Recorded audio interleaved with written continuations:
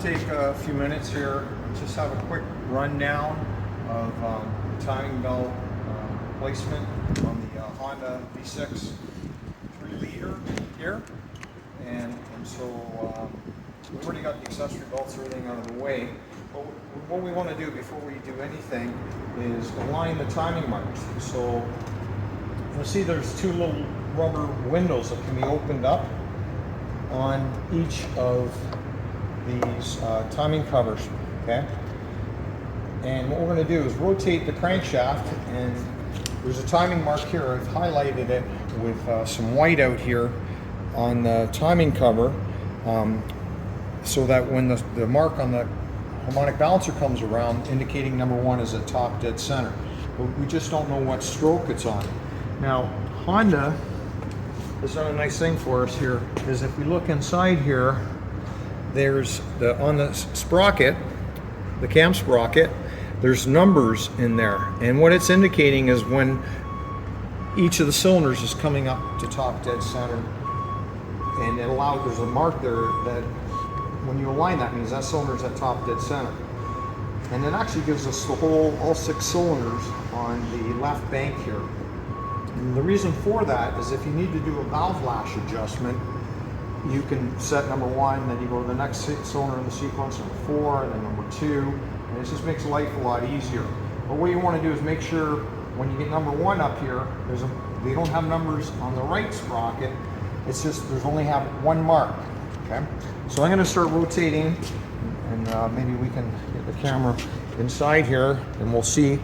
So here it says number 2 is coming around. Okay, so we're going to keep going, and should be, if I know my firing order,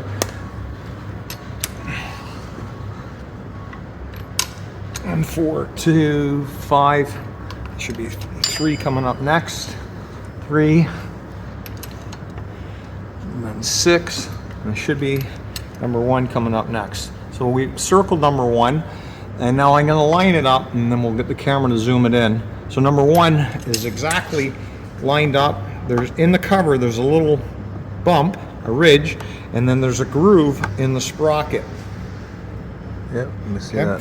On the other side, you'll see this one's lined up too. Okay, and the reason why they have a mark over there is when you do align the timing belt, you want to make sure that is perfect too. That indicates that the right bank is aligned. Also, we can see the harmonic balancer, the mark is at top dead center now. So the timing marks on this particular engine are correct. This window here, don't touch it. There's a tensioner bolt inside there. We don't need to touch that one. So now we're okay to remove the harmonic balancer and the covers. Don't know if you noticed which way I was turning this engine, but I was turning it in the clockwise rotation.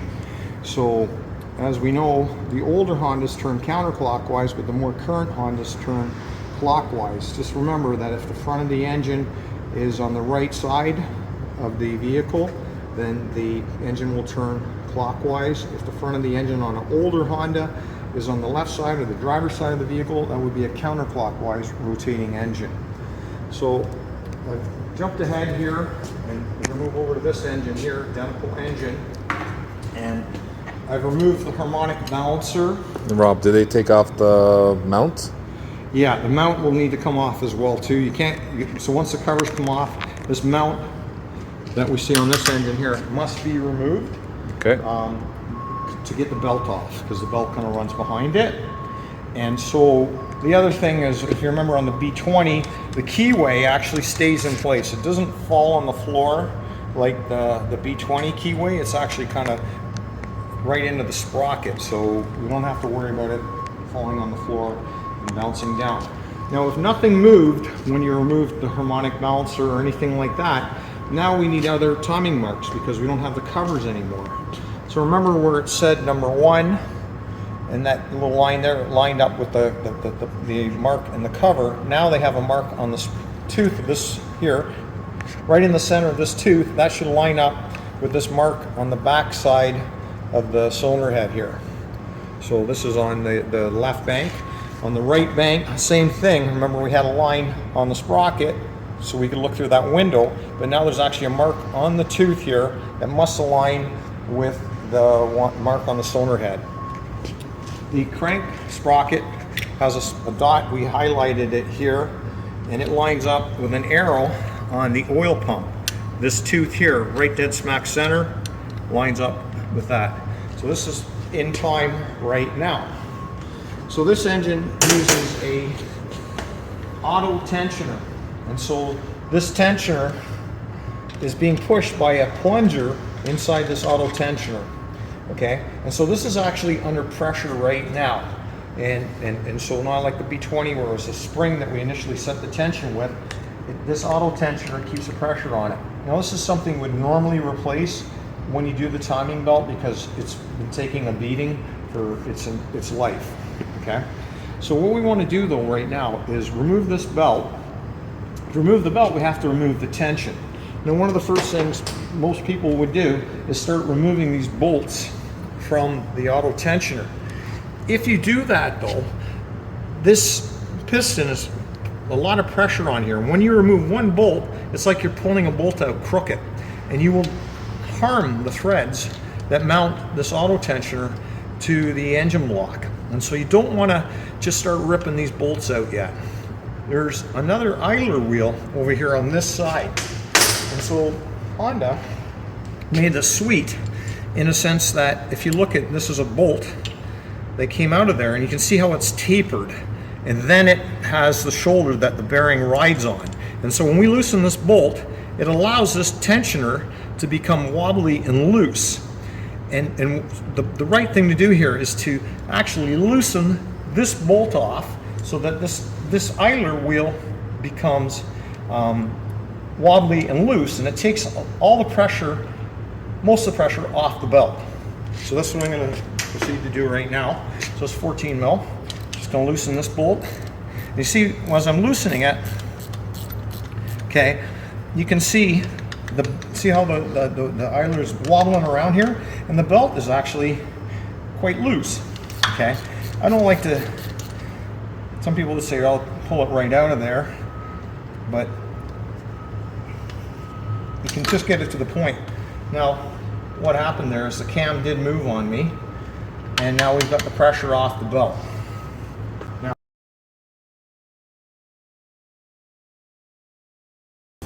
the timing belt at this point. Now, there's still some pressure on the tensioner right now, and so what I'm going to do is make sure the top bolt is tight, and I'm going to remove the lower bolt. The reason being that when the top bolt's tight, and so when I remove this bolt, the top bolt is holding everything in place. So you see how it's only one bolt really holding it, but as soon as I loosen this bolt, see how it dropped down? Okay, and it just dropped out of the way, and now the belt is good to go. Okay, nice and easy, right? And so, like I said, you're probably going to replace this tensioner anyways, and we have to reset it, so I'm going to remove it anyways. Okay, and so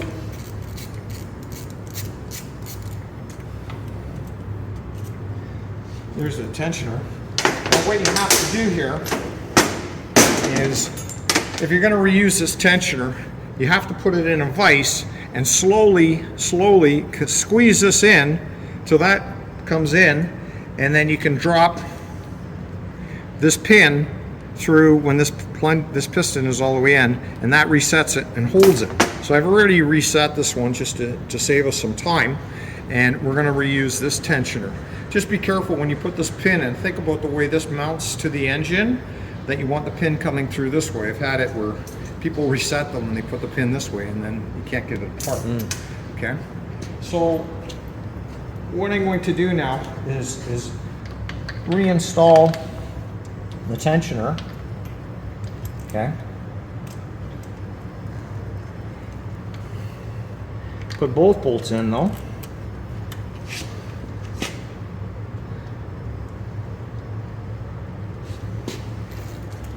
And snug them up.